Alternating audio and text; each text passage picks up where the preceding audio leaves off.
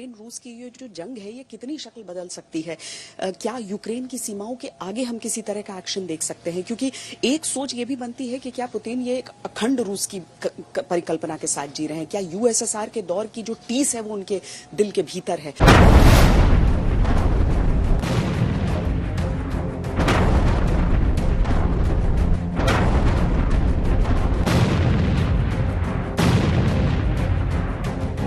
आपको बता दें कि रूस के पास दुनिया का सबसे बड़ा परमाणु बम है। इसे जार कहा जाता है।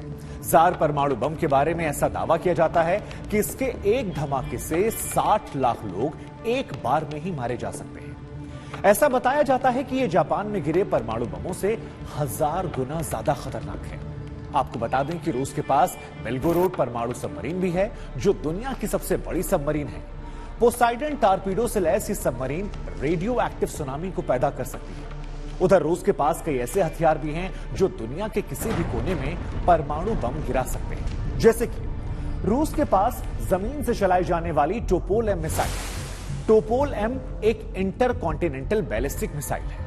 यह मिसाइल 11,000 किलोमीटर तक हमला कर सकती है। समंदर से परमाणु हमला करने के लिए रूस के पास RSM-56 बुलावा मिसाइल है।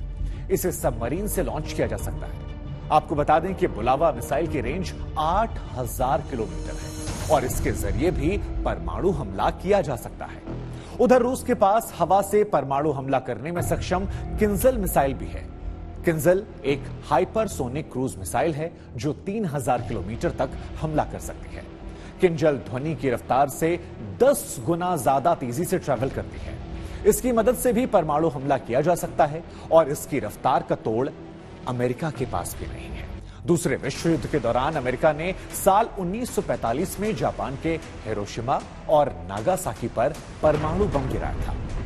6 अगस्त साल 1945 को अमेरिका ने हिरोशिमा पर पहला परमाणु बम गिराया था। इसका नाम लिटिल बॉय। लिटिल बॉय का वजन 4,400 किलोग्राम था। हिरोशिमा पर जब ये बम गिरा तो 80,000 से ज्यादा लोगों की कुछ ही पलों में मौत हो गई थी। परमाणु बम से इतनी तेज गर्मी निकली थी, 1 मिनट में हिरोशिमा का 80% इलाका राख हो गया था। हिरोशिमा में हुए हमले के 3 दिन बाद यानी कि 9 अगस्त को अमेरिका ने नागासाकी पर भी एक परमाणु बम गिरा दिया। इस परमाणु बम का नाम था फैट मैन। अपने नाम की तरह यह बम लिटिल बॉय से ज्यादा ताकतवर था। 4,700 किलोग्राम वजन वाले इस बम ने इतनी भीषण तबाही मचाई थी, करीब 40,000 से ज्यादा लोग एक झटके में राख हो गए थे।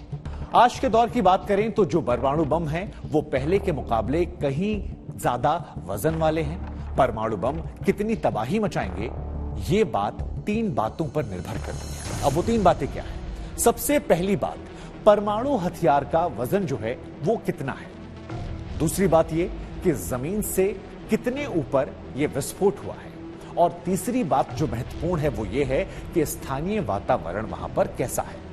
हम आपको बताते हैं, मान लीजिए परमाणु बम का वजन अगर 50 टन है और ये किसी इलाके में गिरता है तो उसके करीब 2 किलोमीटर के रेडियस में वहां कुछ भी नहीं बचेगा। इसके बाद 3 किलोमीटर के रेडियस में एक बड़ी तबाही। अगर आबादी घनी होती है तो एक झटके में यहां लाखों लोग राख हो जाएंगे। 5 किलोमीटर के रेडियस में इमारतें ध्वस्त हो जाएंगी और बड़े पैमाने पर तबाही होगी। 8 किलोमीटर के रेडियस में शॉक वेव का असर होगा। जानमाल का सबसे कम नुकसान इतनी दूर पर बसे लोगों को होगा। दुनिया का कोई भी परमाणु बम कई तरीके से तबाही लाता है। इसमें सिर्फ धमाके से निकली गर्मी से तबाही नहीं आती है, बल्कि 5 तरह से यह असर भी डालता है। कौन कौन से तरीके हैं हम बताते हैं। परमाणु बम में जब कोई विस्फोट होता है तो सबसे पहले तेज रोशनी आती है। ऐसा लगता है कि मानो सूरज धरती पर आ गया है। यह परमाणु रिएक्शन की वजह से होता है। इससे तेज गर्मी और रोशनी निकलती है। इस धमाके से निकला आग का गोला इमारतों को, सामान को, यहां तक कि इंसान को भी सेकेंड्स में जलाकर राख कर देता है। इसके बाद परमाणु बम धमाके की शॉक वेव तेजी से अपने दायरे को बढ़ाती है। इस रेंज में आने वाली सभी इमारतें, सभी चीजें पूर्णतः ध्वस्त हो जाती हैं। परमाणु बम अपने रेडिएशन के तौर पर तीसरी तबाही को लाता है। धमाके के तुरंत बाद रेडिएशन फैल जाता है। रेंज में आने वाले जमीन, इमारत, सामान या जो कुछ भी बचा हुआ सामान है वो रेडियो एक्टिव हो जाता है और इससे भयानक नुकसान पहुंचता है। इस धमाके की लहर जब शांत हो जाती है और धुएं का मशरूम क्लाउड आसमान में छा जाता है तो करीब आधे से 1 घंटे के अंदर परमाणु बम की रेंज में आए क्षेत्र में आसमान से राख गिरती है। यह इंसानों और जीवों के लिए बहुत ज्यादा खतरनाक होती है।